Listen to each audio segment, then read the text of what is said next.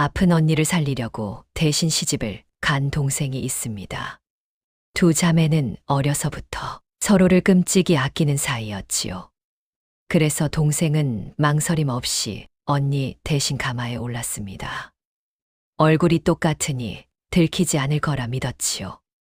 낯선 남편 앞에서 언니의 이름으로 절을 올리고 언니의 자리에 앉아 밥을 먹고 평생 언니의 이름으로 살아야 했습니다.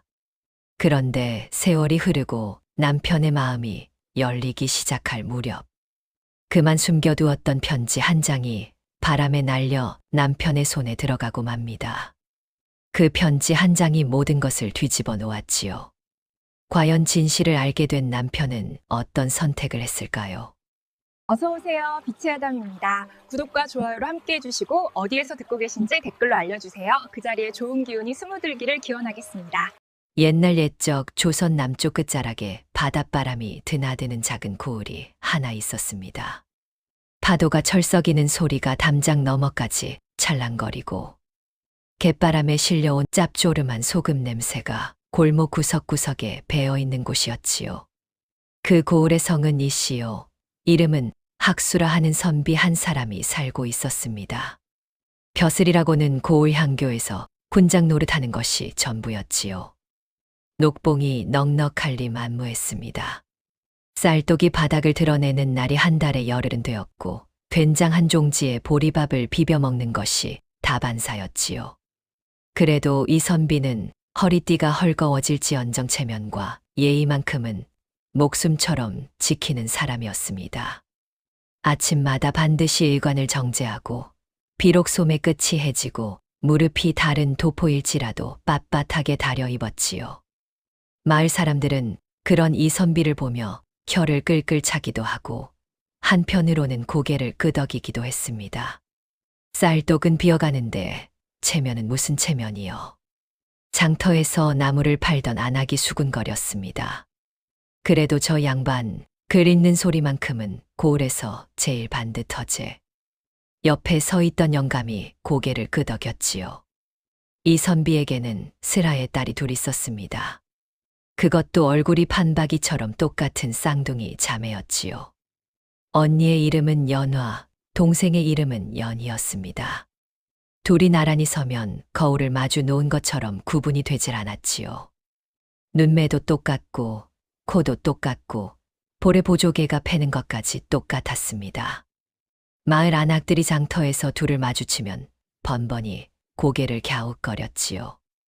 야, 내가 연하냐 연이냐? 떡장수 안악이 눈을 찡긋하며 물었습니다. 아이고, 저 둘은 친어미도 헷갈리겠다. 옆에서 누군가 맞장구를 쳤지요. 허나 가까이서 보면 두 자매는 사뭇 달랐습니다. 물과 불처럼 달랐다고 해야 맞겠지요. 언니 연화는 어려서부터 몸이 약했습니다. 잔 병치레가 잦아서 바람만 세게 불어도 기침을 했고 겨울이면 손끝이 얼음장처럼 차가워져 제 몸 하나 건사하기도 버거웠지요. 대신 방 안에 앉아 글 읽기를 좋아했습니다. 아버지가 훈장이다 보니 어깨 너머로 천자문을 떼고 소학을 읽고 나중에는 시를 짓기까지 했지요.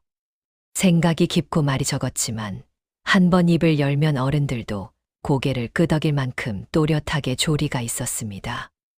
아버지 이선비는 가끔 이 딸을 보며 아들이었으면 하는 아쉬움을 삼키곤 했지요.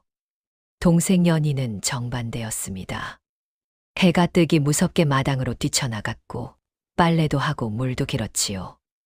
볕에 그을린 두 팔뚝은 제법 단단했고 무거운 물동이를 머리에 이고도 또 콧노래를 흥얼거릴 만큼 기운이 넘쳤습니다.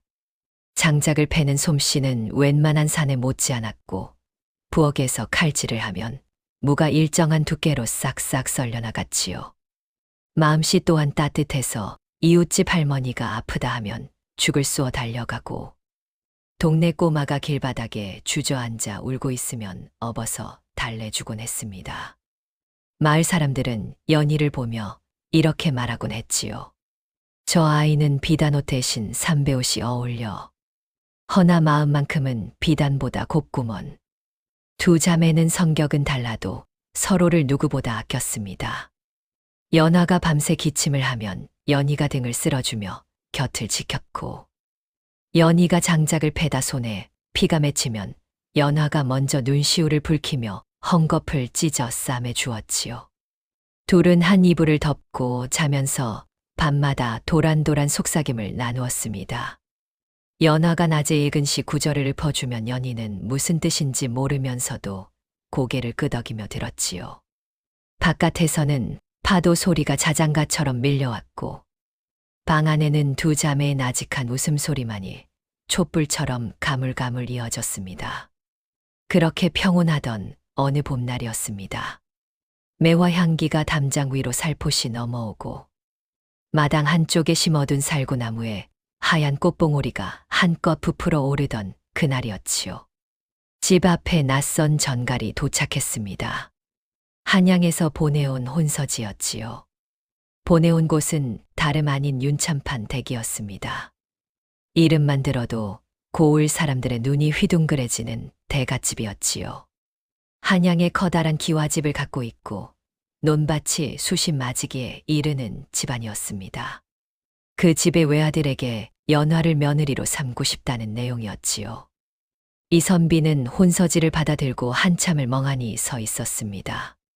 가난한 훈장 집안에 어찌 이런 혼사가 굴러 들어올 수 있단 말입니까? 처음에는 누군가 장난을 치는 것이 아닌가 의심까지 했지요. 알고 보니 연화의 글솜씨가 소문을 타고 한양까지 퍼진 것이었습니다. 연화가 지은 시 한 수가 이 사람 저 사람 손을 거쳐 윤참판의 눈에 띄었고, 참판은 그를 아는 며느리를 원했던 것이지요. 며칠 뒤 중매인이 직접 찾아와 약조를 확인하니 그제야 온 집안이 발칵 뒤집어졌습니다. 세상에 윤참판 댁이라니. 어머니가 앞치마로 눈물을 훔치며 말했습니다. 연화가 참판댁 며느리가 된다고. 이웃집 안악이 담장 너머로 고개를 쏙 내밀었지요. 소문은 삽시간에 고을 전체로 퍼졌습니다. 장터에서도 우물가에서도 빨래터에서도 이 이야기로 시끌시끌했지요. 군장댁 큰딸이 한양 참판댁으로 시집간다더라. 그 가난한 집에 어찌 그런 복이 굴러왔어. 글을 잘 쓴다더니 글 한 수가 팔자를 고쳤구먼. 어머니는 기쁜 나머지 그날부터 혼수 걱정에 잠을 설쳤고, 이선비는 텅 빈 쌀독 앞에서 한숨을 쉬면서도 입꼬리가 슬며시 올라가는 것을 감추지 못했습니다. 연화는 부끄러운 듯 고개를 푹 숙였고, 연희는 언니 곁에 바짝 붙어 앉아 팔꿈치로 쿡쿡 찌르며 놀려댔지요. 언니 참판댁 며느리면 비단 옷 입고 가마 타겠네. 나도 한번 태워줘. 연희가 희죽희죽 웃으며 말했습니다. 그만 좀 해라, 이 못된 것아. 연화가 얼굴을 붉히며 동생의 팔을 꼬집었지요.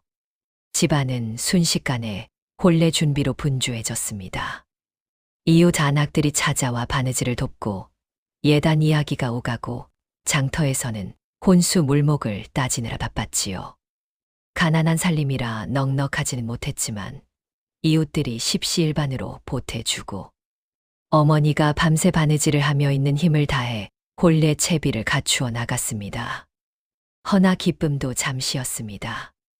혼례를 한 달 앞두고 연화가 갑자기 쓰러진 것이지요. 처음에는 가벼운 담기라 여겼습니다. 원래 몸이 약한 아이라 계절이 바뀔 때면 일에 알아눕곤 했으니까요.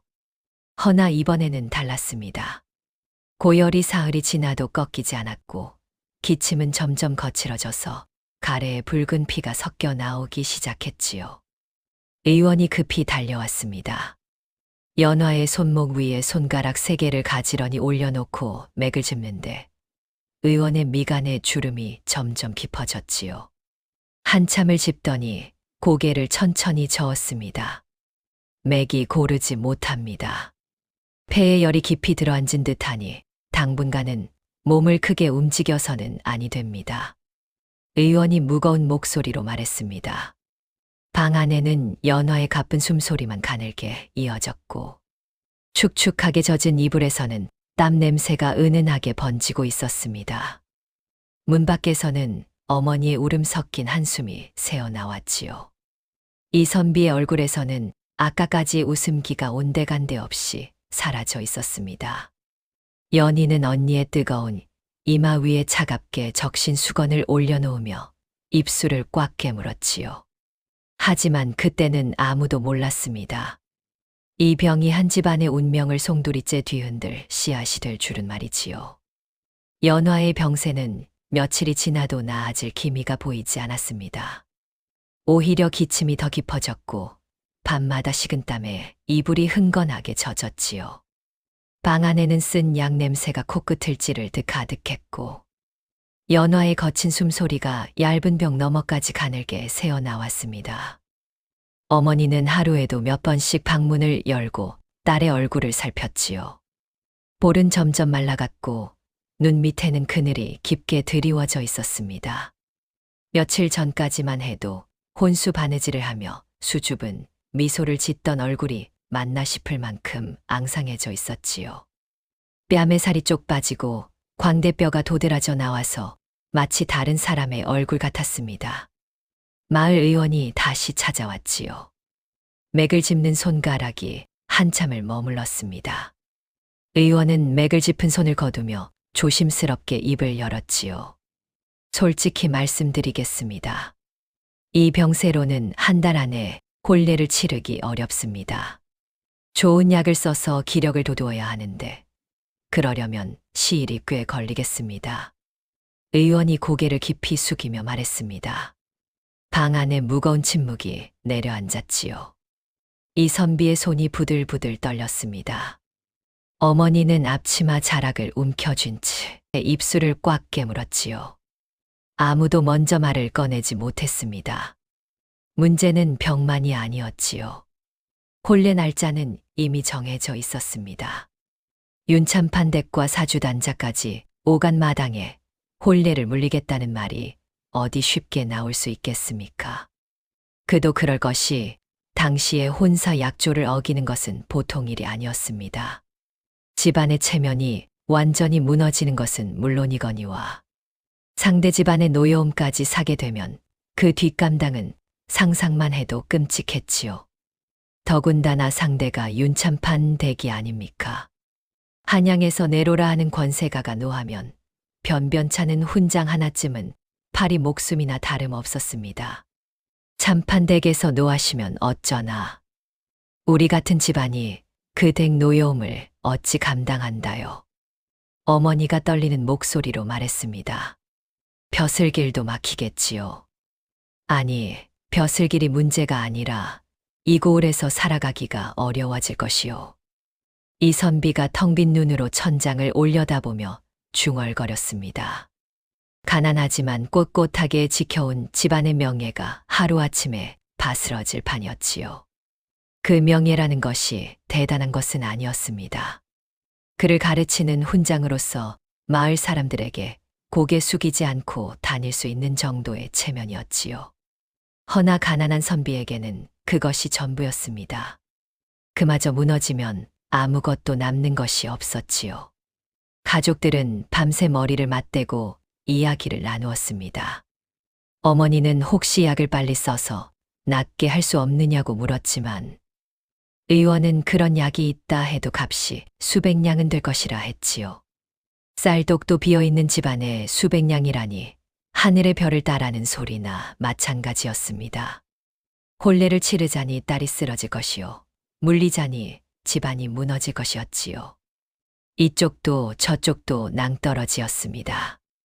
아버지와 어머니의 얼굴에는 날이 갈수록 그늘이 짙어졌지요.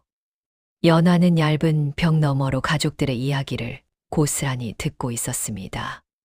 기침을 참느라 이불깃을 입에 꽉 물었지만 눈에서는 눈물이 소리 없이 흘러내렸지요. 모든 것이 자기 탓이라는 생각에 가슴이 짓눌리는 것 같았습니다. 내가 아프지만 않았더라면, 내가 좀 더 튼튼했더라면 하는 생각이 머릿속을 맴돌았지요. 자신의 몸이 태어날 때부터 약했던 이 몸이 원망스러웠습니다. 다음 날 아침 연화가 아버지를 불렀지요. 아버지, 혼례를 거절하십시오. 연화가 가쁜 숨을 몰아쉬며 말했습니다. 그게 무슨 소리냐. 이선비가 딸의 손을 덥석 잡았지요. 제 병이 언제 나을지 알 수 없으니 참판되게 사실대로 말씀드리는 것이 도리가 아니겠습니까? 병든 딸을 속여서 시집 보내는 것은 사람의 도리가 아닙니다. 연화의 목소리는 가늘었지만 또렷했습니다. 이선비는 아무 말도 하지 못했지요. 딸의 말이 옳다는 것은 알았습니다. 허나 혼례가 깨지면 이 작은 집안은 그대로 주저앉을 것이었지요. 윤참판댁의 노여움은 둘째치고 고을 사람들의 수군거림만으로도 이 집안은 고개를 들고 다닐 수 없게 될 터였습니다. 이선비는 딸의 손을 잡은 채 한마디도 하지 못하고 눈만 질끈 감았지요. 아버지, 저 때문에 집안이 망하는 꼴은 참아볼 수 없습니다. 혼례를 물리고 저는 그냥 이대로 약이나 쓰며 지내겠습니다. 연화가 다시 한번 간곡하게 말했습니다. 이선비는 고개를 돌렸지요. 창밖으로 보이는 마당에 봄볕이 쏟아지고 있었지만 그의 눈에는 아무것도 들어오지 않았습니다. 어머니는 밤마다 부엌 한 구석에 쭈그리고 앉아 소리 없이 울었지요. 어둑한 부엌에서 코를 훌쩍이는 소리가 새어 나올 때마다 마당 건너편 방에 누워있던 연희의 눈이 번뜩 떠졌습니다. 연희는 그 며칠 동안 아무 말도 하지 않았지요. 밥을 차리고 빨래를 하고 물을 기르며 묵묵히 집안일만 했습니다. 허나 가만히 살펴보면 그녀의 눈빛이 예사롭지 않았지요. 무언가를 깊이 생각하는 사람의 눈이었습니다. 밥을 먹을 때도 멍하니 숟가락을 들고 있다가 어머니에게 핀잔을 듣기도 했고, 밤이면 잠을 이루지 못하고 뒤척이는 소리가 방문 밖까지 들렸지요. 한 번은 새벽녘에 마당으로 나와 한참 동안 별을 올려다보고 서 있기도 했습니다. 어깨가 미세하게 떨리고 있었지만 그것이 추위 때문인지 다른 이유 때문인지는 알 수 없었지요. 며칠 뒤 가족들이 다시 한번 방 안에 둘러앉았습니다. 이번에는 결론을 내려야 했지요. 혼례 날짜가 보름밖에 남지 않았으니까요. 아버지는 두 눈을 감은 채 길게 한숨을 내쉬었고 어머니는 이미 눈두덩이가 퉁퉁 부어 있었습니다. 연화의 기침 소리가 간간히 벽 너머에서 들려왔지요. 아무도 먼저 입을 열지 못했습니다. 무거운 침묵이 방 안을 돌덩이처럼 짓누르고 있었지요. 바로 그때였습니다. 연희가 조용히 자리에서 일어났습니다. 그녀는 가족들을 한번 둘러보더니 무릎을 반듯하게 꿇고 앉았지요. 그리고 아버지를 똑바로 올려다보며 입을 열었습니다. 아버지, 제가 언니 대신 시집을 가겠습니다. 방 안의 공기가 순간 얼어붙었습니다. 아버지의 눈이 휘둥그레졌고 어머니는 앞치마를 움켜쥔 채 입을 떡 벌렸지요. 벽 너머에서 연화의 기침 소리마저 뚝 멈추었습니다. 마당에서 불던 바람 소리만이 처마끝을 스치며 휘 지나갔지요. 그 한마디가 이 집안의 운명을 완전히 다른 길로 틀어놓을 줄은 그때는 아무도 몰랐습니다. 방 안이 쥐 죽은 듯 고요해졌습니다. 연희의 말이 허공에 떠도는 것처럼 아무도 선뜻 반응하지 못했지요. 잠시 뒤 아버지가 먼저 입을 열었습니다. 지금 무슨 소리를 하는 게냐? 이선비가 낮은 목소리로 물었습니다. 제가 언니 대신 시집을 가겠다고 말씀드렸습니다. 연희는 떨리는 목소리였지만 눈을 피하지 않았지요. 이 아이가 제정신이냐? 어디서 그런 괴상한 생각을 한 게냐? 어머니가 버럭 소리를 질렀습니다. 허나 연희는 물러서지 않았지요. 그녀는 차분하게 말을 이어갔습니다. 생각해보면 그녀의 말에는 나름의 이치가 있었지요. 쌍둥이라 얼굴이 똑같으니 들킬 일이 적었습니다. 게다가 당시 혼례에서는 신부가 면사포를 쓰고 가마에 탔지요. 신랑이 신부 얼굴을 자세히 볼 기회가 거의 없었습니다. 혼례 의식 내내 신부는 고개를 깊이 숙이고 있는 것이 예법이었으니 목소리만 조심하면 어찌어찌 넘어갈 수 있을 터였지요. 혼례가 깨지면 우리 집안은 끝입니다. 아버지 벼슬길도 막히고 이 고을에서 얼굴을 들고 다닐 수도 없게 됩니다. 연희가 조목조목 따져가며 말했습니다. 이선비는 두 손으로 얼굴을 감싸 쥐었지요. 딸의 말이 틀리지 않다는 것을 알았기 때문입니다. 허나 어찌 한 딸을 다른 딸의 이름으로 시집 보낼 수가 있단 말입니까? 그것은 사람을 속이는 일이었고 속이는 상대가 하필 윤참판 댁이었지요. 들키는 날에는 혼례를 물리는 것보다 더 큰 화를 부를 수도 있었습니다. 절대 안 된다. 그건 사람의 도리가 아니다. 이선비가 고개를 세차게 저었습니다. 그러면 언니는 어떡합니까? 약을 써야 낫는 병인데. 약값은 어디서 나옵니까? 혼례가 이루어지면 시댁에서 보내오는 것으로 약을 쓸 수도 있지 않습니까? 연희의 눈에 눈물이 그렁그렁해졌지요. 아버지가 입을 열려 하는데 그때 얇은 벽 너머에서 연화의 목소리가 들려왔습니다. 기침 사이사이로 간신히 내뱉는 소리였지요. 연희야, 안 된다. 내 인생을 내 때문에 버리면 내가 어찌 사느냐. 연화가 가쁜 숨을 몰아쉬며 말했습니다. 연희는 자리에서 벌떡 일어나 언니의 방으로 달려갔지요. 방문을 열자 약 냄새와 땀 냄새가 뒤섞인 축축한 공기가 코끝을 확 덮쳤습니다. 이불 위에 누운 연화는 앙상하게 야위어 있었지요. 불과 보름 전만 해도 자기와 똑같던 얼굴이 이제는 그림자처럼 쪼그라들어 있었습니다. 광대뼈가 도드라지고 눈이 움푹 들어가고 입술은 마른 나무십처럼 갈라져 있었지요. 연희는 언니의 마른 손을 두 손으로 꽉 감싸 쥐었습니다. 언니의 손은 마른 나뭇가지처럼 앙상했고 손끝은 얼음장 같았지요. 한때는 붓을 들고 실을 쓰던 손가락이 이제는 이불깃 하나 잡을 힘도 남아있지 않은 듯 보였습니다. 언니가 살아야 해. 나는 건강하잖아. 힘든 일도 잘 견디잖아. 나는 어디를 가도 살아남아. 연희가 언니의 손등에 얼굴을 묻으며 말했습니다. 내가 다른 사람 이름으로 평생을 살라는 거냐? 남편 앞에서도 시어머니 앞에서도 하인들 앞에서도 한 번도 자기 이름을 부르지 못하고 사는 게 어찌 사는 거냐? 연화의 눈에서 눈물이 주르르 흘러내렸지요. 언니가 낳으면 되잖아. 언니가 낳아서 좋은 글 많이 쓰고 오래오래 살면 그게 나한테는 제일 좋은 거야. 언니 없는 세상에서 내가 내 이름을 가지고 있으면 뭘 해. 연희가 울먹이면서도 웃어 보이려 애를 썼습니다. 연화는 입술을 꽉 깨물었지요. 더 말하고 싶었지만 기침이 올라와 가슴을 쥐어짰습니다. 콜록콜록 기침을 할 때마다 얇은 등이 들썩였고 연희는 언니의 등을 쓸어주며 자기도 모르게 눈물을 흘렸지요. 방 안에 긴 침묵이 내려앉았습니다. 밖에서는 바닷바람이 처마 끝을 스치며 휘이 소리를 내고 있었지요. 어디선가 갈매기 우는 소리가 아득하게 들려왔습니다. 방문 밖에 서 있던 아버지와 어머니도 더 이상 말을 잇지 못했지요. 어머니는 방문 문턱에 이마를 기댄 채 소리 없이 울고 있었습니다. 얼마나 시간이 흘렀을까요? 이선비가 천천히 방 안으로 들어왔습니다. 그는 한참 동안 두 딸을 번갈아 바라보았지요. 침상에 누운 연화의 야윈 얼굴과 언니 손을 잡은 채 울고 있는 연희의 얼굴을 말이지요.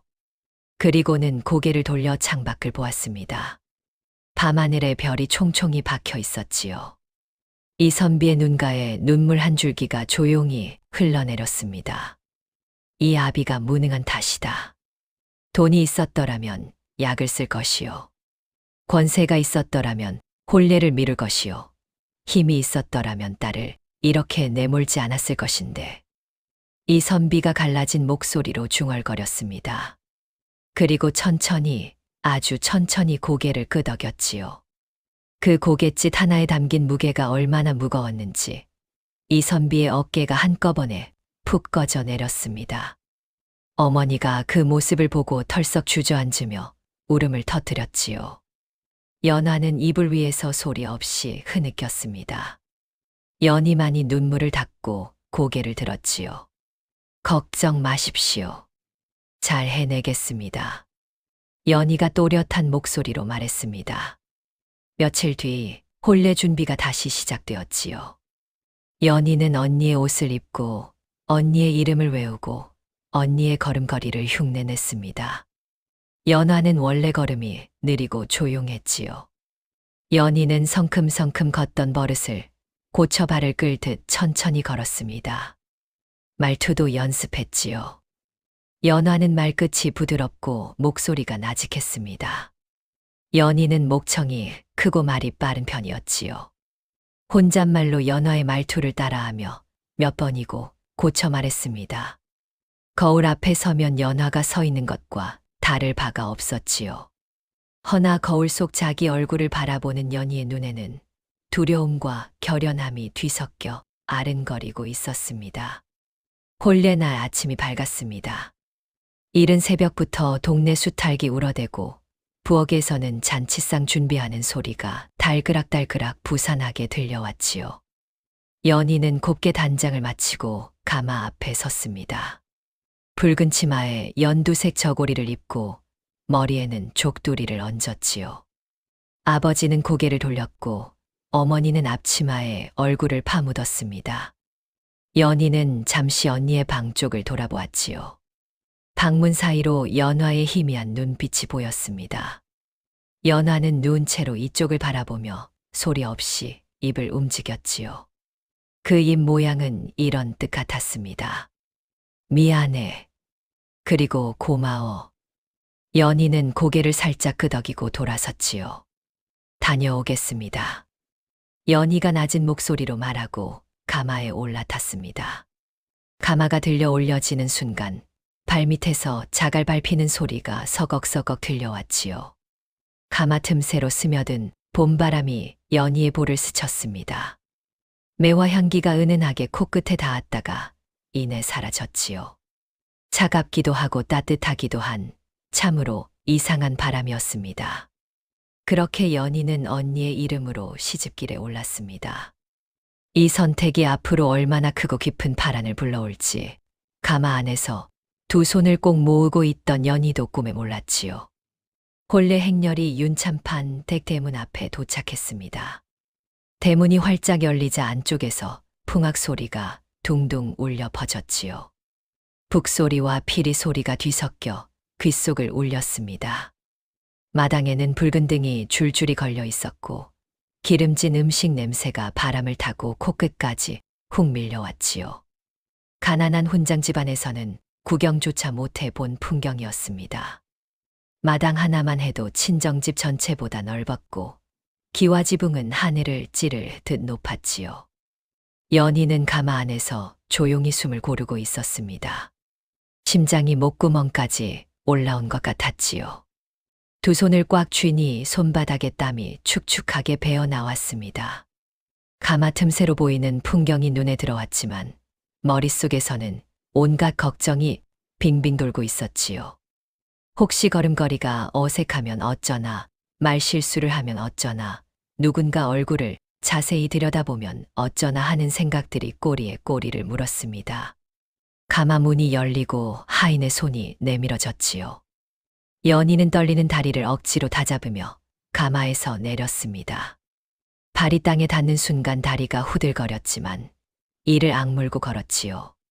천천히, 연화처럼 천천히 말이지요. 혼례 의식이 정해진 예법대로 진행되었습니다. 전할례를 올리고 교배례를 올리고 합근례까지 차근차근 이어졌지요. 신랑 윤도겸은 일관을 반듯하게 갖추고 서 있었습니다. 이목구비가 단정했고 코가 오똑했으며 눈빛은 차분하되 어딘가 서늘한 기운이 감돌았지요. 웃음기라고는 찾아볼 수 없는 얼굴이었습니다. 연희는 면사포 아래로 살짝 고개를 들어 신랑을 훔쳐보았지요. 도겸은 예를 올리는 내내 표정 하나 변하지 않았습니다. 기뻐하는 것도 아니고 싫어하는 것도 아닌 그저 해야 할 일을 하는 사람의 얼굴이었지요. 연희는 가슴이 서늘해지는 것을 느꼈습니다. 허나 내색할 수 없었지요. 고개를 깊이 숙인 채 의식을 따랐고 집안 어른들의 축하 인사를 받았습니다. 시어머니는 새 며느리를 위아래로 천천히 훑어보더니 고개를 살짝 끄덕였지요. 그것이 마음에 든다는 뜻인지 그저 예의인지 알 길이 없었습니다. 얼굴이 곱구나. 시어머니가 짧게 한마디를 했지요. 감사합니다. 연희가 고개를 깊이 숙이며 대답했습니다. 목소리가 떨리지 않기를 빌면서 말이지요. 혼례가 끝나고 밤이 찾아왔습니다. 낮에 왁자지껄하던 마당이 쥐 죽은 듯 고요해졌지요. 신방에는 붉은 촛불 두 자루가 나란히 타고 있었습니다. 촛농이 천천히 흘러내리며 따닥따닥 소리를 냈지요. 벽에 비친 그림자가 촛불 따라 가물가물 흔들렸습니다. 연희는 방 한쪽에 반듯하게 앉아 두 손을 무릎 위에 가지런히 모으고 있었지요. 목이 바짝 탔지만 물 한 모금 마실 엄두가 나지 않았습니다.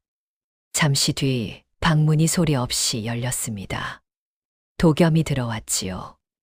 그는 방 안을 한번 둘러보더니 연희에게서 한 발짝 떨어진 곳에 앉았습니다. 그리고는 잠시 말없이 촛불만 바라보았지요. 촛불이 일렁이는 것을 한참 들여다보는 도겸의 옆모습이 연희의 눈에 들어왔습니다. 무슨 생각을 하는 걸까? 혹시 뭔가 눈치를 챈 걸까? 온갖 생각이 머릿속을 휘저었지요. 연희의 심장이 쿵쿵 뛰었습니다. 귀까지 붉어지는 것이 느껴졌지요. 숨소리가 들킬까봐 숨을 얕게 몰아쉬었습니다. 도겸이 조용히 입을 열었지요. 이 혼인은 부모님의 뜻으로 이루어진 것이요. 내가 원해서 한 것이 아니고 당신이 원해서 온 것도 아닐 것이요. 도겸의 목소리는 낮고 담담했습니다. 연희는 고개를 숙인 채 가만히 듣고 있었지요. 심장이 쿵하고 내려앉는 것 같았습니다. 그러니 부부의 정을 억지로 나누지는 않겠소. 서로 편한 대로 지내면 될 일이오. 나는 서재에서 지낼 것이니 불편한 일이 있으면 하인에게 말하시오. 도겸이 덧붙였습니다. 연희는 순간 놀랐지만 곧 고개를 깊이 숙였지요. 입술이 바르르 떨렸지만 아무 말도 하지 않았습니다. 사실 연희에게는 오히려 다행이었지요. 가까이 다가올수록 들킬 위험도 커지는 것이니까요. 남편이 관심을 두지 않는다면 비밀을 지키기가 한결 수월해질 터였습니다. 그리 알겠습니다. 연희가 나직하게 대답했지요. 그날 밤 두 사람은 서로 등을 돌린 채 시간을 보냈습니다. 밖에서는 귀뚜라미 소리가 끊임없이 이어졌고 촛불이 지직거리며 타들어가는 소리만이 방 안을 채웠지요. 연희는 눈을 감았지만 잠이 올리만무했습니다. 언니의 이름으로 낯선 남자 곁에 누워있는 이 기묘한 밤이 앞으로 매일 밤 이어질 것이라는 생각에 가슴이 먹먹해졌지요. 천장을 올려다보니 나무 석가래가 촛불빛에 어렴풋이 보였습니다. 이 석가래 아래에서 앞으로 몇 해를, 아니 어쩌면 평생을 보내야 할지도 모른다는 생각이 등골을 타고 스르르 내려왔지요. 다음 날 아침 연희는 누구보다 먼저 눈을 떴습니다. 아직 어스름이 걷히기 전이었지요. 그녀는 조심스럽게 자리에서 일어나 옷매무새를 가다듬었습니다. 오늘부터 이 집안의 며느리로 첫 하루가 시작되는 것이었지요. 시어머니에게 아침 문안을 드리러 갔습니다. 잘 잤느냐? 시어머니가 무심한 투로 물었지요. 예, 편히 쉬었습니다. 연희가 정성껏 절을 올리며 대답했습니다. 시어머니는 조용히 고개를 끄덕일 뿐 더 이상 말을 잇지 않았지요. 그 표정이 따뜻한 것인지 차가운 것인지 도무지 읽을 수가 없었습니다. 집안에는 하인이 여럿 있었고 넓은 마당에는 장독대가 줄지어 서 있었지요. 장독 뚜껑마다 아침 이슬이 송글송글 맺혀 있었고 부엌에서는 벌써 밥 짓는 구수한 냄새가 퍼져나오고 있었습니다. 가난한 친정집과는 비교도 되지 않는 살림이었지요. 연희는 큰 대문 안쪽에 서서 드넓은 마당을 한번 둘러보았습니다. 발밑의 돌바닥이 차갑게 느껴졌지요. 도겸은 이미 서재로 향한 뒤였습니다. 아침 내내 그의 모습은 보이지 않았지요. 연희는 혼자 남은 마당에서 조용히 숨을 내쉬었습니다. 그렇게 낯선 집안에서의 첫날이 시작되었지요. 자기 이름도 자기 자리도 아닌 곳에서 살아가야 하는 날들이 눈앞에 아득하게 펼쳐져 있었습니다. 하지만 연희는 돌아갈 수 없다는 것을 잘 알고 있었지요. 등 뒤에서 닫힌 대문이 묵직하게 덜컹거리는 소리가 마치 지나온 길을 영영 잠가버리는 빗장 소리처럼 들렸습니다. 그 빗장 안쪽에서 연희는 어떻게 살아갔을까요? 그것이 참으로 놀라운 이야기이지요.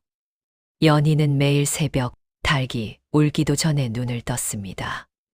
어둑한 방 안에서 조심조심 이불을 걷고 일어나 찬물에 세수를 한 뒤 곧장 부엌으로 향했지요.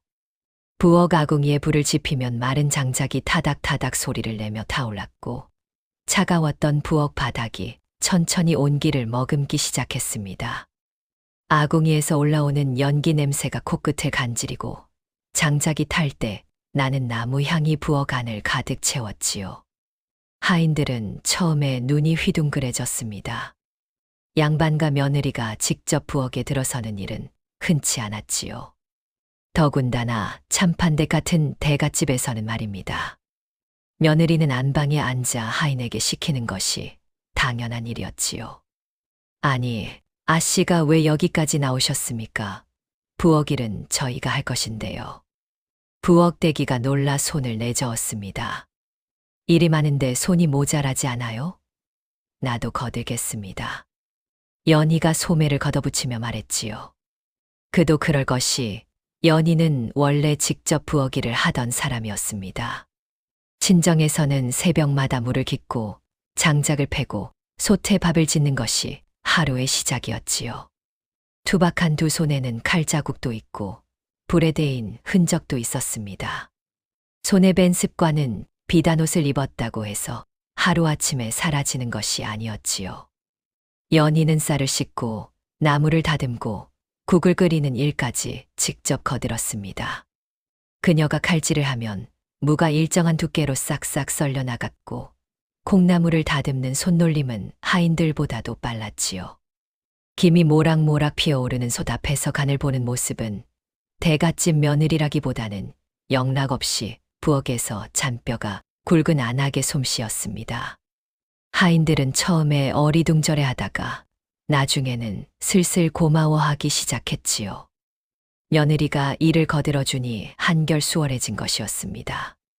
부엌 대기는 처음에 며느리가 눈치를 주러 온 것이 아닌가 바짝 긴장했지만 연희가 아무런 꾸중 없이 옆에서 같이 나무를 다듬는 것을 보고 나서야 어깨에 힘이 빠졌지요. 그런데 더 놀라운 것은 따로 있었습니다. 하인이 실수를 해도 연희는 한 번도 언성을 높이지 않았지요. 어느 날 부엌대기가 국솥을 엎지르는 사고가 벌어졌습니다. 뜨거운 국물이 바닥에 쏟아지며 퍽 소리가 났지요. 뿌연김이 확 피어오르며 부엌 안이 순식간에 아수라장이 되었습니다. 하인은 사색이 되어 벌벌 떨었지요. 이전 집에서는 이런 실수를 했다가 호되게 야단을 맞은 적이 있었으니까요. 아이고, 죽을 죄를 졌습니다요.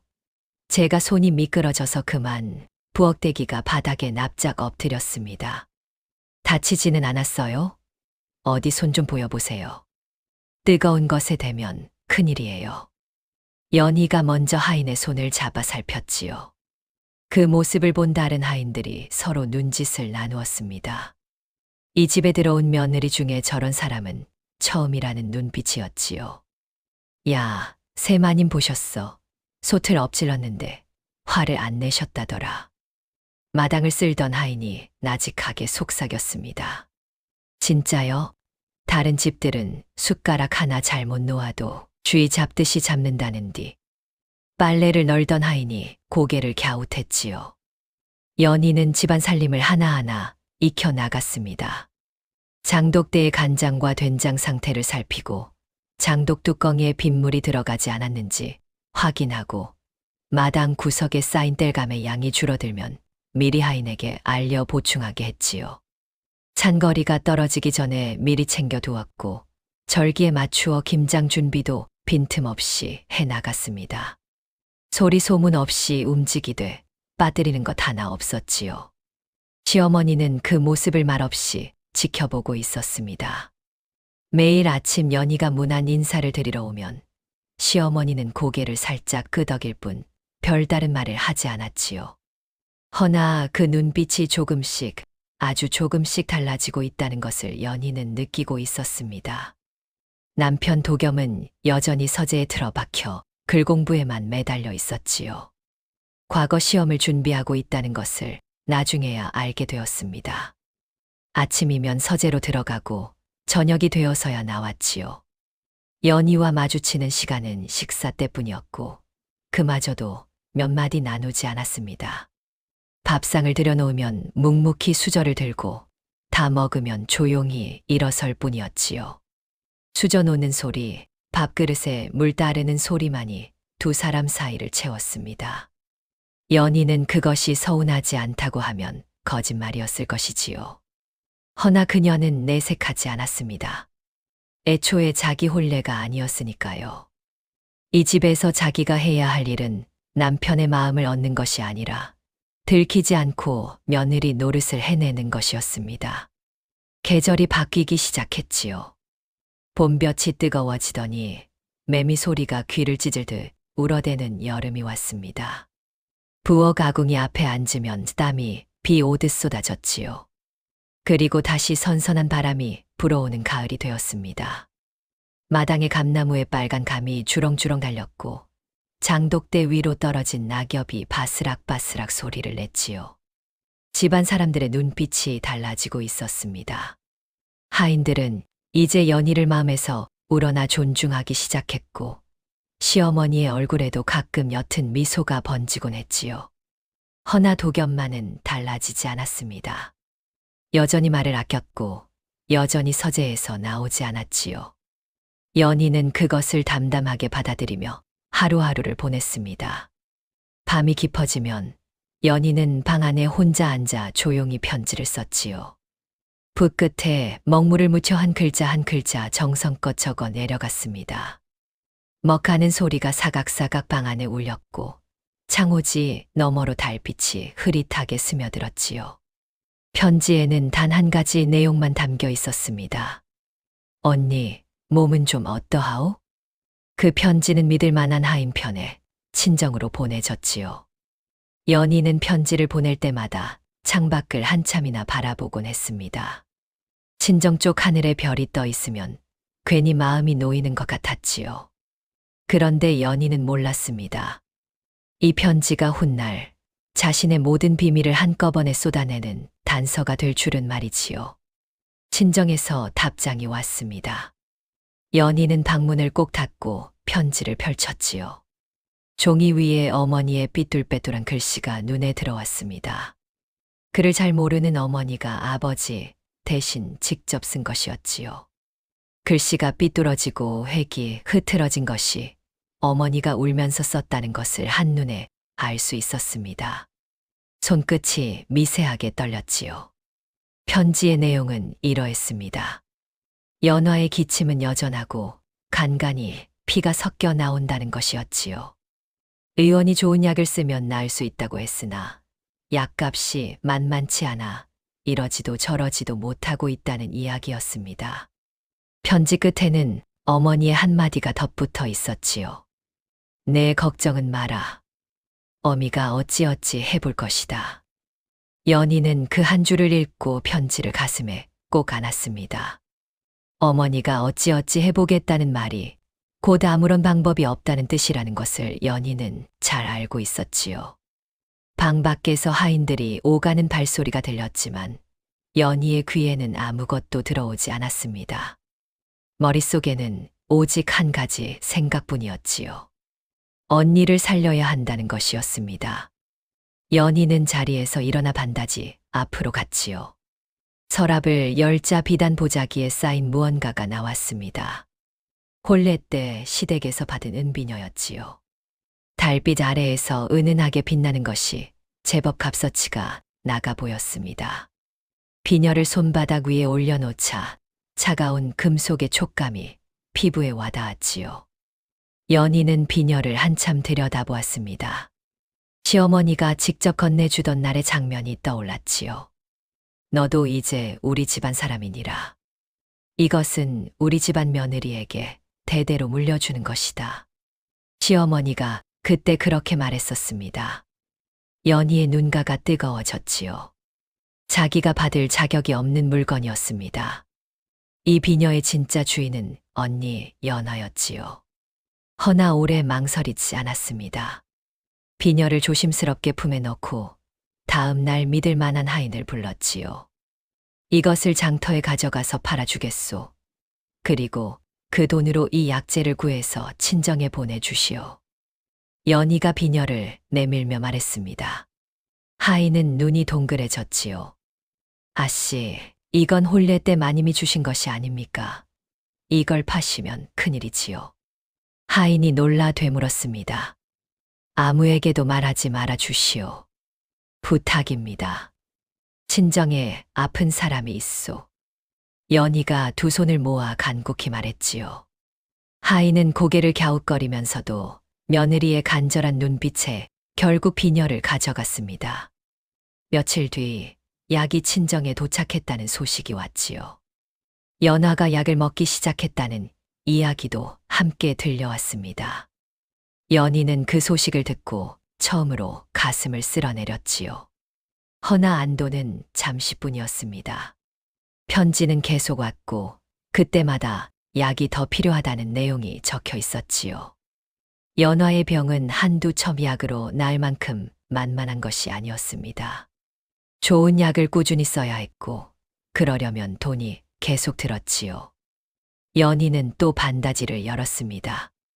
이번에는 혼례 때 받은 옷가락지였지요.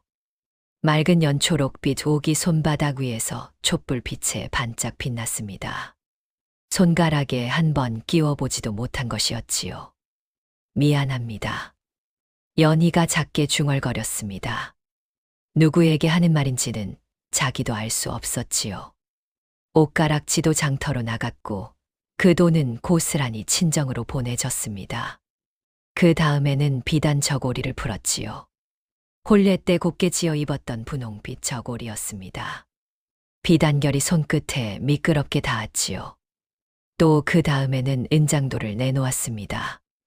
연희의 방에서 물건이 하나씩 사라질 때마다 친정에서는 약 한 첩이 더 지어졌지요. 반다지가 비어갈수록 언니의 기침은 줄어들었습니다.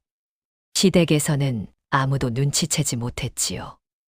연희는 원래 치장에 관심이 없는 사람처럼 행동했고 수수한 차림으로 다니는 것이 오히려 검소한 며느리의 미덕으로 보였습니다. 가끔 하인이 귀걸이나 비녀를 하지 않느냐고 물으면 연희는 웃으며 이렇게 대답했지요. 원래 꾸미는 것을 좋아하지 않습니다. 이대로가 편해요. 도겸은 당연히 이 사실을 몰랐지요. 서재에만 틀어박혀 있으니 아내 방의 물건이 줄어드는 것쯤은 눈에 들어올 리가 없었습니다. 시어머니도 며느리가 소박한 옷만 입고 다니는 것을 대수롭지 않게 여겼지요.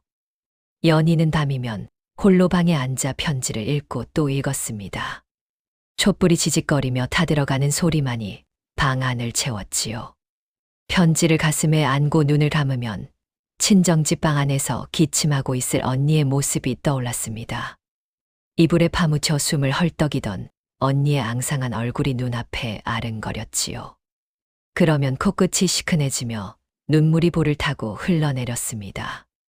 허나 아침이 되면 연희는 언제 그랬냐는 듯 평온한 얼굴로 부엌에 섰지요. 아궁이에 불을 지피고 밥을 짓고 시어머니께 문안 인사를 드렸습니다. 누구도 이 며느리의 눈가에 밤새 눈물 자국이 있었다는 것을 알아채지 못했지요. 어느 날 친정에서 기다리던 소식이 왔습니다. 연화의 기침이 많이 줄었고 낯빛에 혈색이 조금씩 돌고 있다. 연희는 그 편지를 읽으며 처음으로 입꼬리가 올라갔지요. 편지를 꼭 쥔 손에 힘이 들어갔고 코끝이 찡하게 시려왔습니다. 됐어. 이러면 됐어. 연희가 혼잣말을 중얼거렸지요. 그 미소 뒤에 얼마나 많은 것을 내어놓았는지 이 집안에 그 누구도 알지 못했습니다. 텅 빈 반다지만이 그 사실을 알고 있었지요. 하지만 세상 일이란 참으로 묘한 것이어서 감춰둔 것일수록 뜻하지 않은 곳에서 모습을 드러내는 법이지요. 겨울이 깊어지던 어느 날이었습니다. 찬바람이 문틈 사이로 쌩쌩 불어 들어오고 마당에는 서리가 하얗게 내려앉아 있었지요. 장독대 위에도 서리가 앉아 있었고 처마 끝에는 고드름이 송곳처럼 주렁주렁 매달려 있었습니다.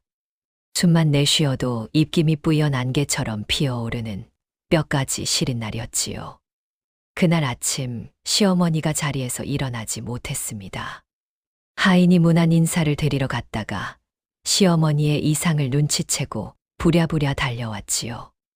마님이 열이 펄펄 끓으시고 기침을 심하게 하십니다.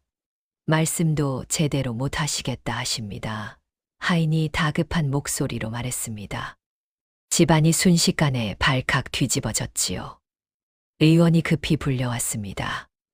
의원은 시어머니의 맥을 짚어보더니 고개를 절레절레 흔들었지요. 한기가 깊이 들었습니다. 잘못하면 크게 고생하실 수 있으니 정성껏 간호해야 합니다. 약도 중요하지만 따뜻하게 해드리고 기력을 붙잡는 것이 급합니다. 의원이 근심 어린 얼굴로 말했습니다.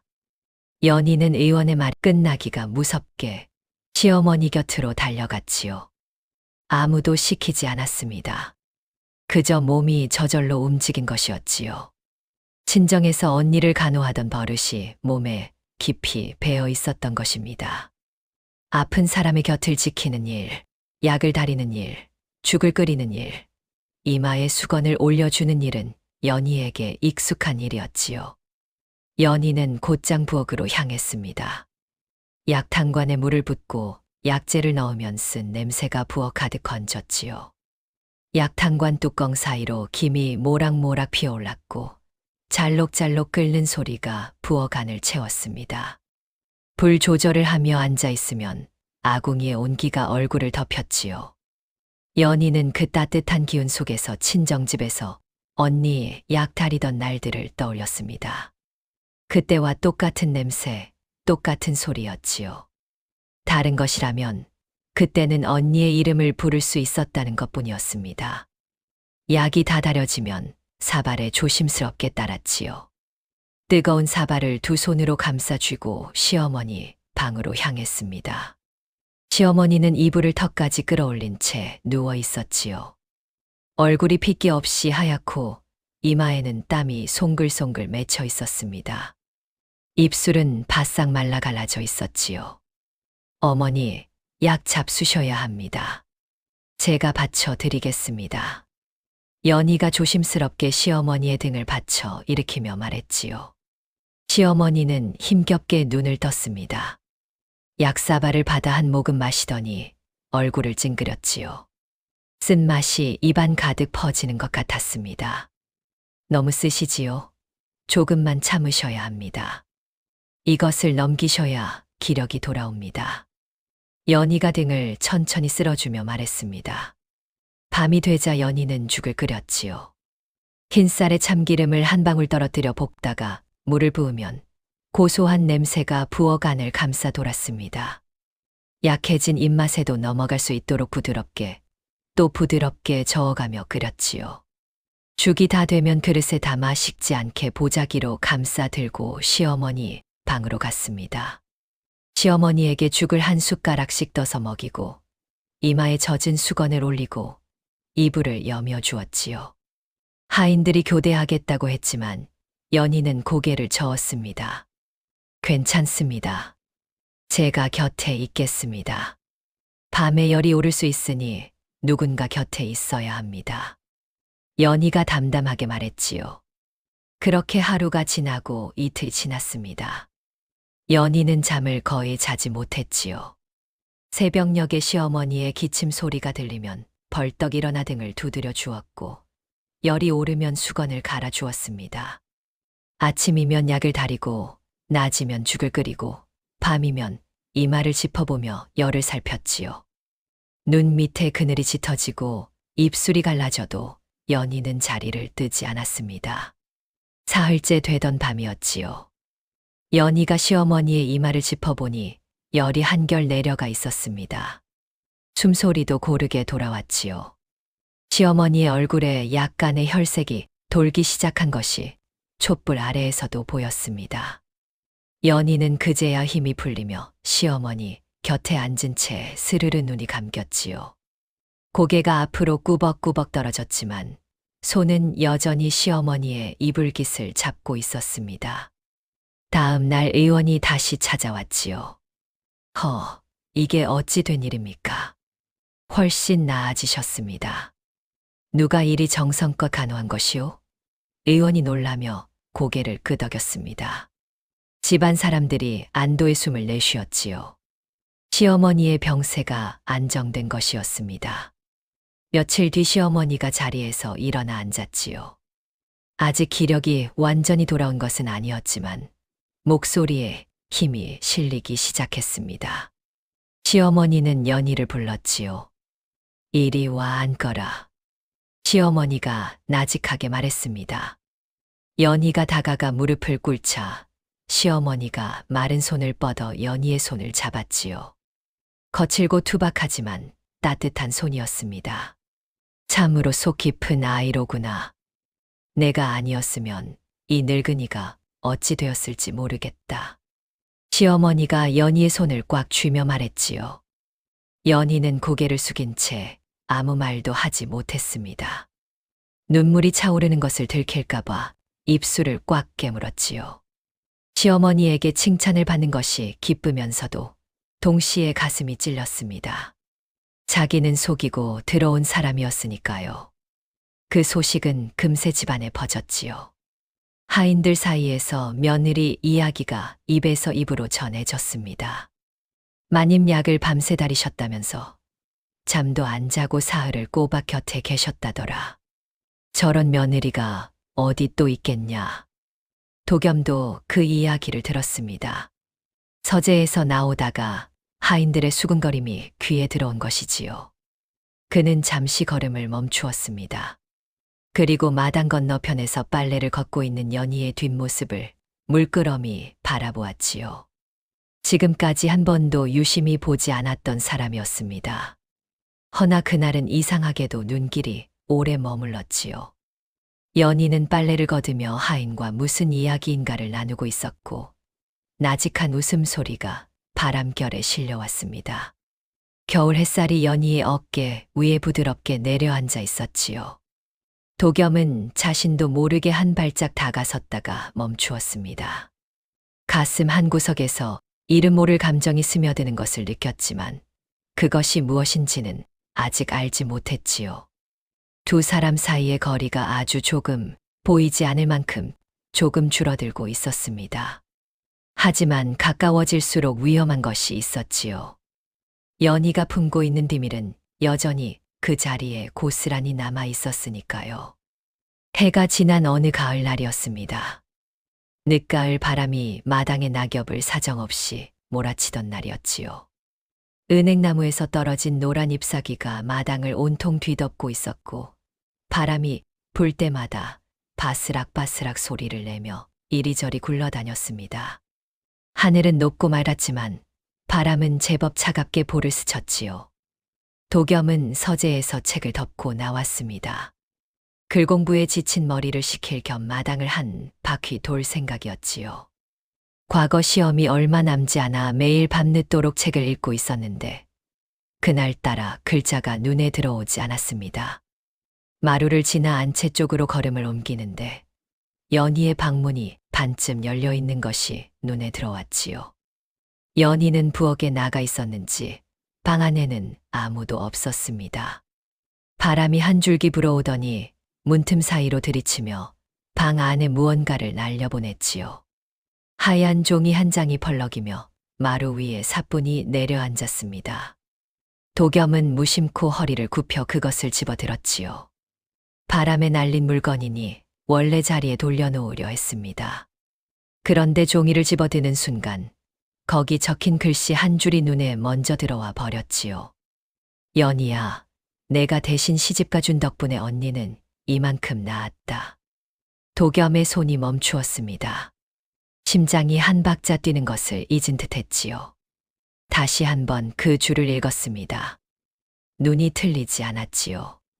분명히 연희라고 적혀 있었습니다. 그의 아내 이름은 연화였지요. 혼서지에도 혼례 충문에도 사주단자에도 연화라고 적혀 있었습니다. 그런데 이 편지는 방 안에 그 사람을 연희라 부르고 있었지요. 그리고 대신 시집가 준 덕분에라는 말이 적혀 있었습니다. 도겸은 자신도 모르게 편지를 끝까지 읽어 내려갔지요. 편지에는 모든 이야기가 담겨 있었습니다. 언니 연화가 폐병으로 쓰러진 일, 혼례를 물릴 수 없어 쌍둥이, 동생 연희가 대신 시집을 온 일, 그리고 연희가 혼례 때 받은 폐물을 몰래 팔아 약값을 보내고 있다는 이야기까지 말이지요. 편지 마지막에는 이런 문장이 적혀 있었습니다. 내가 보내준 약 덕분에 연화가 자리에서 일어나 앉을 수 있게 되었다. 이 은혜를 어찌 갚을 수 있겠느냐. 도겸은 편지를 쥔 채 한동안 움직이지 못했지요. 발밑에서 낙엽이 바스스 소리를 내며 흩어졌지만 귀에 들어오지 않았습니다. 머릿속이 먹물을 엎지른 것처럼 시꺼멓게 뒤엉켰지요. 지난 세월의 장면들이 물밀듯이 밀려왔습니다. 처음 신방에서 차갑게 선을 긋던 자기 자신이 떠올랐지요. 부부의 정을 억지로 나누지는 않겠소라고 말하던 그 밤, 등을 돌리고 누웠던 그 밤이 떠올랐습니다. 그때 연희는 무슨 생각을 하고 있었을까요? 낯선 남자에게 차가운 말을 듣고도 아무 말 하지 않았던 그녀는 어떤 마음이었을까요? 새벽마다 부엌에서 불을 지피던 모습이 떠올랐지요. 하인의 실수에도 화내지 않고 오히려 손을 잡아주던 모습, 시어머니 곁에서 사흘 밤을 새우며 약을 다리던 모습, 그리고 밤마다 혼자 방에 앉아 편지를 쓰던 뒷모습이 떠올랐습니다. 반다지에서 하나둘 사라지던 폐물이 떠올랐지요. 혼례 때 어머니가 건네주셨던 은비녀, 옷가락지, 은장도가 그녀의 방에서 보이지 않게 된 것이 언제부터였는지 이제야 연결이 되었습니다. 검소한 며느리라고 생각했던 것이 실은 모든 것을 내어주고 남은 것이 없었던 것이지요. 그랬구나. 도겸이 입술 사이로 가느다란 중얼거림을 흘렸습니다. 그때 마당 저편에서 발소리가 들렸지요. 연희가 부엌에서 돌아오고 있었습니다. 도겸은 황급히 편지를 원래 자리 근처에 내려놓았지요. 그리고 아무렇지 않은 척 서재 쪽으로 발걸음을 돌렸습니다. 허나 그의 마음은 이미 아무렇지 않을 수 없었지요. 서재에 들어가 문을 닫고도 한참을 벽만 바라보았습니다. 손가락 끝이 미세하게 떨리고 있었지요. 책상 위에 펼쳐진 과거 시험 공부용 책이 눈에 들어왔지만 글자가 하나도 읽히지 않았습니다. 그 사람은 처음부터 연화가 아니었지요. 자기 이름도 아닌 이름으로 절을 올리고 자기 자리도 아닌 자리에서 밥을 먹고 자기 이불도 아닌 이불 속에서 잠을 청했던 것입니다. 그것도 병든 언니를 살리기 위해서 말이지요. 그리고 그 과정에서 남편에게 차가운 소리를 들어도 시댁에서 낯선 생활을 해도 자기가 받은 폐물을 하나하나 팔아야 해도 단 한 번도 불평을 하지 않았습니다. 도겸은 두 손으로 얼굴을 감싸 쥐었지요. 내가 참으로 아무것도 몰랐구나. 도겸의 목소리가 텅 빈 서재 안에서 낮게 울렸습니다. 밖에서는 바람이 더 거세게 불고 있었지요. 처마 끝에 매달린 풍경이 땅그랑 땅그랑 부딪히는 소리가 쉴 새 없이 이어졌습니다. 도겸은 창호지 너머로 흐릿하게 비치는 안채의 불빛을 한참이나 바라보았지요. 그 불빛 아래에서 연희가 무엇을 하고 있을지, 오늘도 혼자 편지를 쓰고 있을지, 텅 빈 반다지를 바라보며 울고 있을지 생각하니 가슴이 쓰라렸습니다. 그는 결심했지요. 이 일을 어찌해야 할지, 진실을 직접 마주해야 한다는 것을 말입니다. 허나 입을 여는 것이 이토록 어려운 일인 줄은 미처 몰랐지요. 그날 저녁이었습니다. 해가 지고 하늘이 붉은 빛에서 짙은 남색으로 물드는 시간이었지요. 서쪽 하늘에 남은 노을이 마지막 빛을 뿌리고 있었고 마당에는 어스름이 내려앉기 시작했습니다. 도겸은 서재에 앉아 편지의 내용을 몇 번이고 되새기고 있었지요. 밖에서 저녁 준비하는 소리가 달그락달그락 들려왔습니다. 도겸은 자리에서 일어났지요. 서재 문을 열고 나서니 마당 건너편 부엌에서 연희가 상을 차리고 있는 모습이 보였습니다. 김이 모락모락 피어오르는 밥그릇을 들고 조심조심 걸어 나오는 그녀의 모습이 유난히 작아 보였지요. 저녁 어스름 속에서 연희의 그림자가 마당 위로 길게 늘어져 있었습니다. 도겸은 조용히 다가갔지요. 잠시 서재로 와주시오. 도겸이 낮은 목소리로 말했습니다. 연희는 고개를 들어 남편을 올려다보았지요. 도겸의 눈빛이 평소와 다르다는 것을 순간 느꼈습니다. 무언가를 알고 있는 사람의 눈이었지요. 차갑지도 않고 따뜻하지도 않은 허나 깊은 무언가가 담긴 눈빛이었습니다. 예, 그러겠습니다. 연희가 나직하게 대답하며 밥상을 내려놓았지요. 두 사람은 서재에 마주 앉았습니다. 촛불 하나가 두 사람 사이에서 흔들리고 있었지요. 벽에 비친 두 사람의 그림자가 촛불 따라 이리 흔들 저리 흔들 움직였습니다. 도겸은 잠시 말없이 앉아 있다가 품에서 편지 한 장을 꺼내 두 사람 사이에 조용히 내려놓았지요. 연희의 얼굴이 순간 굳어졌습니다. 그 편지가 무엇인지 바로 알아본 것이지요. 친정에서 온 편지였습니다. 손끝이 바르르 떨렸지만 연희는 고개를 떨구지 않았지요. 잠시 무거운 침묵이 흘렀습니다. 촛불이 지직거리는 소리가 유난히 크게 들렸지요. 밖에서 바람이 처마 끝을 스치는 소리가 멀리서 들려왔습니다. 당신이 연화가 아니라는 것을 알게 되었소. 도겸이 천천히 말을 꺼냈지요. 연희는 아무 말도 하지 않았습니다. 두 손을 무릎 위에 가지런히 모은 채 고개를 숙이고 있었지요. 촛불 빛에 비친 연희의 뺨 위로 그림자가 어렸습니다. 왜 말하지 않았소? 혼례 이후로 이제 1년이 넘지 않았소. 그 긴 세월 동안 어찌 한마디도 하지 않았소. 도겸의 목소리가 미세하게 갈라졌지요. 연희는 한참 뒤에야 입을 열었습니다. 말씀드릴 수가 없었습니다. 말씀드리면 모든 것이 무너지니까요. 연희의 목소리는 낮았지만 또렷했지요. 그녀는 변명하지 않았습니다. 돌려 말하지도 않았지요. 하나하나 차분하게 사실을 말했습니다. 언니가 혼례를 한 달 앞두고 쓰러진 일, 혼례를 물리면 집안이 무너지게 생긴 일, 그래서 자기가 대신 가마에 올라탄 일을 담담하게 이야기했지요. 아버지의 벼슬길이 막히고 언니의 약값을 댈 수 없게 되면 집안이 그대로 주저앉는 것이었습니다. 저라도 가야 했습니다. 연희가 무릎 위에 손을 꽉 쥐며 말했습니다. 그래서 폐물을 팔아 약값을 보냈소. 도겸이 물었지요. 예. 은비녀와 옷가락지와 은장도를 팔았습니다. 비단 저고리도 내놓았습니다. 연희가 고개를 숙인 채 대답했지요. 도겸은 말을 잇지 못했습니다. 입술을 한 번 달싹거렸지만 소리가 나오지 않았지요. 그의 눈앞에 지난 세월이 파노라마처럼 펼쳐졌습니다. 첫날 밤 부부의 정을 강요하지 않겠다고 차갑게 선을 그었던 자신이 떠올랐지요. 매일 아침 서재로만 향하며 아내에게 눈길 한 번 제대로 주지 않았던 자신이 떠올랐습니다. 밥상을 받아도 고맙다는 말 한마디 하지 않았던 자신, 아내가 무슨 생각을 하고 사는지 한 번도 물어보지 않았던 자신이 떠올랐지요. 그 사이 이 사람은 새벽마다 부엌에 불을 지피고 시어머니를 밤새 간호하고 자신의 폐물을 하나하나 팔아 언니 약값을 보내고 있었습니다. 아무에게도 말하지 않고 아무에게도 하소연하지 않고 홀로 그 무거운 짐을 지고 있었던 것이지요. 도겸의 눈가가 뜨거워졌습니다. 목구멍이 메어오는 것을 간신히 삼켰지요. 내가 참으로 못난 사람이었소.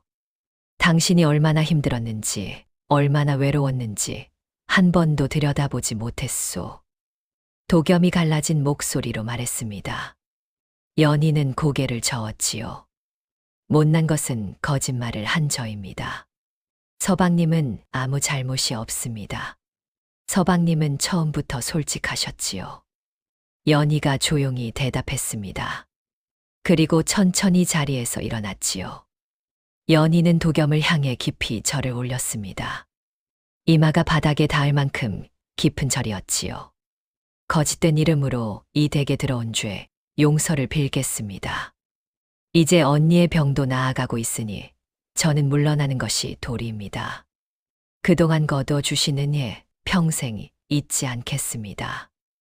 연희가 고개를 숙인 채 말했습니다. 도겸은 벌떡 일어서려 했지요. 무언가 말을 해야 했습니다. 가지 말라는 말, 괜찮다는 말, 아니면 고맙다는 말이라도 해야 했지요. 허나 입에서 말이 나오지 않았습니다. 가슴 한가운데가 커다란 돌에 눌린 듯 묵직했지요. 연희는 서재문을 열고 나갔습니다. 문이 닫히는 소리가 탁 울렸지요. 도겸은 텅 빈 자리를 바라보며 한참을 그대로 앉아 있었습니다. 방 안에 연희가 앉아있던 자리의 온기가 아직 남아있는 것 같았지요. 촛불이 지직하며 한 번 크게 흔들리더니 연기만 가느다랗게 피어올랐습니다. 밤이 깊어갔지요. 창호지 너머로 달빛이 흘러들어왔지만 서재 안은 어둠만이 가득했습니다. 도겸은 두 손으로 얼굴을 감싼 채 한마디도 내뱉지 못했지요. 뒤늦은 깨달음이란 것이 이토록 가슴을 쓰리게 하는 것인 줄은 미처 몰랐습니다. 그 뒤로 며칠 동안 집안이 조용해졌습니다. 도겸은 평소보다 더 말이 없었고 연희 역시 묵묵히 집안일만 이어갔지요. 두 사람 사이에 흐르는 공기가 예전과 달라졌다는 것을 하인들도 어렴풋이 느끼고 있었습니다. 허나 아무도 감히 입에 올리지는 못했지요. 연희는 마음속으로 짐을 꾸리고 있었습니다. 진실이 드러난 이상 이 집에 더 머무는 것은 도리가 아니라고 생각했지요. 매일 아침 부엌에 불을 지피면서도 이것이 마지막이 될지 모른다는 생각에 손끝이 시었습니다. 장독대를 살피면서도 이 장독들을 더 이상 돌보지 못하게 될 거라는 생각에 마음 한구석이 허전했지요. 어느 날 아침 친정에서 사람이 찾아왔습니다. 대문 밖에서 낯익은 목소리가 들려왔지요. 연희야, 그 목소리의 주인은 다름 아닌 언니 연화였습니다. 연희는 빨래를 걷다 말고 그 자리에 얼어붙었지요. 대문 쪽으로 고개를 돌리니 마른 몸에 엷은 저고리를 걸친 연화가 서 있었습니다. 얼굴에는 아직 핏기가 충분치 않았지만 두 눈에는 힘이 돌아와 있었지요. 입술에도 옅은 홍조가 감돌고 있었습니다. 두 발로 걸어서 여기까지 온 것이었지요. 연희는 빨랫감을 놓쳐 바닥에 떨어뜨렸습니다. 그리고 허둥지둥 뛰어갔지요. 두 자매가 마당 한가운데서 마주 섰습니다. 판박이처럼 똑같은 두 얼굴이 서로를 바라보았지요. 잠시 멈추었다가 거의 동시에 두 손을 맞잡았습니다. 연화의 손이 예전보다 따뜻해져 있었지요. 얼음장 같던 손끝에 온기가 돌아와 있었습니다. 언니, 걸을 수 있게 된 거야? 여기까지 어찌 온 거야? 연희의 목소리가 떨렸지요. 내 덕분이다. 다 내 덕분이야.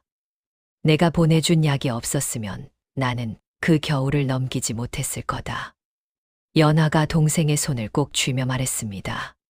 두 자매의 눈에서 눈물이 동시에 흘러내렸지요. 입으로는 웃고 있었지만 볼 위로 굵은 눈물방울이 또르르 떨어졌습니다. 오랜만에 만난 두 사람은 서로의 얼굴을 한참이나 들여다보았지요. 똑같은 얼굴인데 세월의 무게가 다르게 얹혀 있었습니다. 마당에 서 있던 하인들이 어리둥절한 얼굴로 둘을 번갈아 바라보았지요. 아니, 아씨가 둘이시네. 마당을 쓸던 하인이 눈을 비비며 말했습니다. 얼굴이 왜 똑같아? 내가 지금 뭘 보고 있는 거야? 부엌대기가 입을 떡 벌렸지요. 집안 사람들이 하나둘 모여들었습니다. 그리고 두 자매의 사연이 처음으로 모두에게 알려졌지요. 언니가 병으로 쓰러져 혼례를 치를 수 없었다는 것, 쌍둥이, 동생이 대신 시집을 왔다는 것, 그리고 폐물을 팔아 약값을 보내며 언니를 살렸다는 이야기가 말이지요. 시어머니는 두 자매를 번갈아 보며 한동안 입을 열지 못했습니다. 놀라움과 서운함과 감동이 한꺼번에 뒤엉킨 얼굴이었지요. 한쪽으로는 속았다는 생각에 화가 나려 했고, 다른 한쪽으로는 그 사연이 너무나 기구하여 화를 낼 수가 없었습니다. 긴 한숨을 내쉬며 연희를 바라보았지요. 이 아이가 그런 사정을 품고 있었구나. 내 곁에서 밤을 새워가며 약을 다려줄 때도 마음속에는 그런 무거운 짐을 지고 있었단 말이냐. 시어머니가 나직하게 말했습니다. 연희는 시어머니 앞에 무릎을 꿇었지요. 거짓으로 이 댁에 들어온 죄, 벌을 달게 받겠습니다. 어머니께 올린 정성만은 거짓이 아니었습니다. 연희가 이 말을 바닥에 대며 말했습니다. 연화도 곁에 나란히 꿇어 앉았지요. 모든 것은 제 병 때문입니다. 동생에게는 아무 죄가 없습니다. 벌을 주시려면 저를 벌해 주십시오. 연화가 떨리는 목소리로 말했습니다. 집안의 무거운 침묵이 내려앉았지요. 아무도 쉽게 입을 열지 못했습니다. 바람이 불어와 마당의 낙엽을 바스스 소리 내며 굴렸지요. 그때 도겸이 앞으로 나왔습니다. 그는 며칠 동안 생각에 생각을 거듭했지요. 잠을 이루지 못한 밤이 여러 번이었습니다. 편지를 발견한 날부터 이 순간까지 그의 머릿속에서는 지난 세월의 장면들이 쉴 새 없이 떠올랐지요. 도겸은 꿇어앉은 두 자매를 내려다보다가 천천히 연희 앞에 섰습니다. 그리고 조용히 허나 또렷하게 입을 열었지요. 처음에 이 혼인은 부모님의 뜻으로 이루어진 것이라 하였소. 내가 원해서 한 것이 아니라고도 하였소. 도겸이 잠시 말을 멈추었습니다. 그리고 이어갔지요. 허나 지난 세월을 돌아보니 이 혼인의 참뜻을 만들어준 사람은 따로 있었소. 집안 사람들이 숨을 죽이고 도겸의 말을 들었지요. 새벽마다 부엌에 불을 지피고 하인의 실수에도 한 번 화를 내지 않고 어머니 곁을 밤새 지키고 자신의 것을 모두 내어주면서도 단 한 번 내색하지 않은 사람. 그 사람이 이 집의 며느리가 아니면 누가 며느리란 말이오. 도겸의 목소리에 힘이 실렸습니다. 도겸이 연희의 손을 잡았지요. 연희는 고개를 들어 남편을 올려다보았습니다. 눈물에 젖은 눈이 촛불 아래에서 그렁그렁 빛났지요. 이 집의 며느리는 연희요. 이름이 연화이든 연희이든 지난 세월 이 집안을 지켜온 사람은 당신이요. 그것이 내 뜻이요. 도겸이 또렷하게 말했습니다. 연화는 두 손으로 입을 막은 채 울음을 터뜨렸지요. 동생을 위해 흘리는 눈물이었습니다. 그동안 미안하고 또 미안했던 마음이 한꺼번에 쏟아져 나온 것이지요. 시어머니도 고개를 천천히 끄덕였습니다. 속 깊은 아이라 생각했더니 참으로 깊고 깊은 아이였구나. 이름이야 무슨 상관이냐. 내 곁에서 약을 다려준 그 손이 진짜 며느리의 손이지. 시어머니가 눈시울을 붉히며 말했지요. 연희는 한참 동안 고개를 숙인 채 울었습니다. 태어나서 처음으로 자기 이름으로 불린 이 집에서 처음으로 자기 자리를 얻은 것이었지요. 더 이상 다른 사람인 척하지 않아도 되는 것이었습니다. 그 안도감과 기쁨과 서러움이 뒤엉켜 눈물이 멈추지 않았지요. 연화가 동생의 등을 쓸어주었습니다. 그리고 두 자매는 서로를 끌어안았지요. 판박이처럼 똑같은 두 얼굴이 나란히 붙어 울고 있는 모습이 보는 이의 가슴을 뭉클하게 했습니다. 그 뒤의 이야기를 전하겠습니다. 연화는 건강을 되찾은 뒤 친정으로 돌아가 아버지를 모시며 지냈지요. 훗날 마음씨 좋은 선비를 만나 혼례를 올렸고 평생 동생과 가까이 살며 서로를 챙겼다고 합니다. 연화가 지은 시는 세상에 널리 알려져 사람들은 그 시를 읽으며 자매의 사연을 떠올렸다고 하지요. 연희는 윤참판 댁의 며느리로 인정을 받아 그 집안을 반듯하게 일으켰습니다. 도겸은 이듬해 과거에 급제한 뒤에도 아내를 깊이 공경하며 살았다고 하지요. 여러분, 오늘 빛의 아담이 들려드린 이야기는 여기까지입니다. 돌이켜보면 연희는 별다른 재주가 있었던 것이 아닙니다. 그저 사랑하는 사람을 살리겠다는 마음 하나로 자기 이름을 내려놓고 자기 자리를 내어주고 가진 것을 하나하나 비워갔을 뿐입니다. 그런데 그 비워낸 자리에 결국 가장 귀한 것이 채워졌지요. 세월을 살아가다 보면 내가 해온 일이 아무도 알아주지 않는 것 같아 마음이 시릴 때가 있지요. 하지만 여러분, 연희의 빈 반다지가 그러했듯이 비워낸 자리에는 반드시 더 크고 귀한 것이 채워지는 법입니다. 그 누구도 알아주지 않는 것 같았던 묵묵한 희생이 결국 한 사람의 목숨을 살리고 한 가문의 마음을 돌린 것처럼요. 여러분이 오늘까지 걸어온 그 길에도 눈에 보이지 않는 귀한 것들이 가득 쌓여 있습니다. 오늘도 참으로 고생 많으셨습니다. 다음에도 가슴을 따뜻하게 적실 이야기로 찾아뵙겠습니다. 영상이 좋으셨다면 좋아요와 구독으로 함께 해주시고 주변의 소중한 분들과도 이 이야기를 나누어 주시면 감사하겠습니다. 지금 계신 그 자리에 평안과 복이 가득하시길 바랍니다. 감사합니다.